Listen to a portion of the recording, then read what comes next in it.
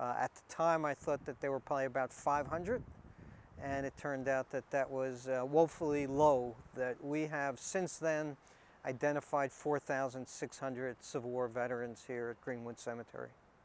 And of those 4,600, 2,000 had absolutely no markers here at the cemetery. And so we're not talking about just a marker that has a name and a life date. They had nothing.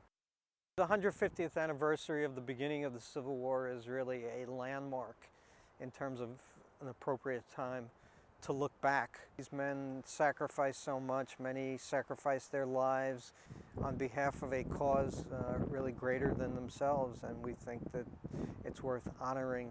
We have books from the first burials here at Greenwood, 1840, up through 1937. And so we can start in 1861 and start to see Gettysburg, July of 1863. You see place of death, Gettysburg, Pennsylvania. Cause of death, gunshot wound, and clearly a Civil War soldier. Men who died in Virginia of typhoid fever in 1864. Was he a soldier, or was he just somebody who was traveling through Virginia?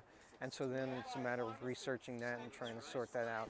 Once we do establish that we have the right person, then our volunteer, Terry Svensson, goes out to check the gravestone if we have identified it otherwise. If there isn't, then we will order a gravestone from the Veterans Administration. The gravestone comes in, and our staff here at the cemetery will then install the gravestone.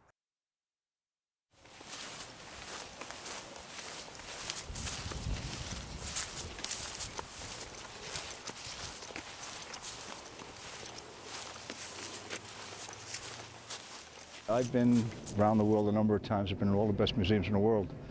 Nothing beats this, because first of all, you have it by yourself. You can touch it, you can walk through it. There's birds flying around, right? There's wind blowing through your hair, right? So it basically it's a walking, living museum.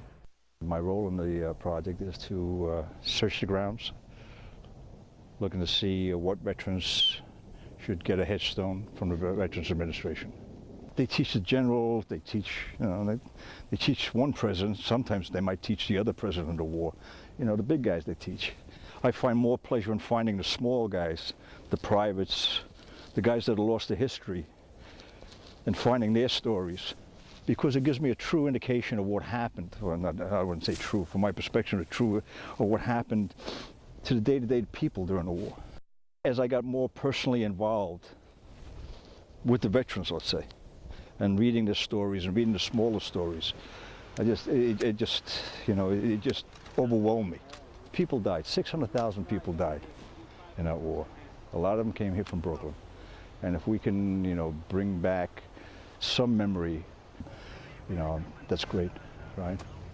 And not only that, but also bring them back into history and have the people of New York, the United States, know the sacrifice of the war and what they did.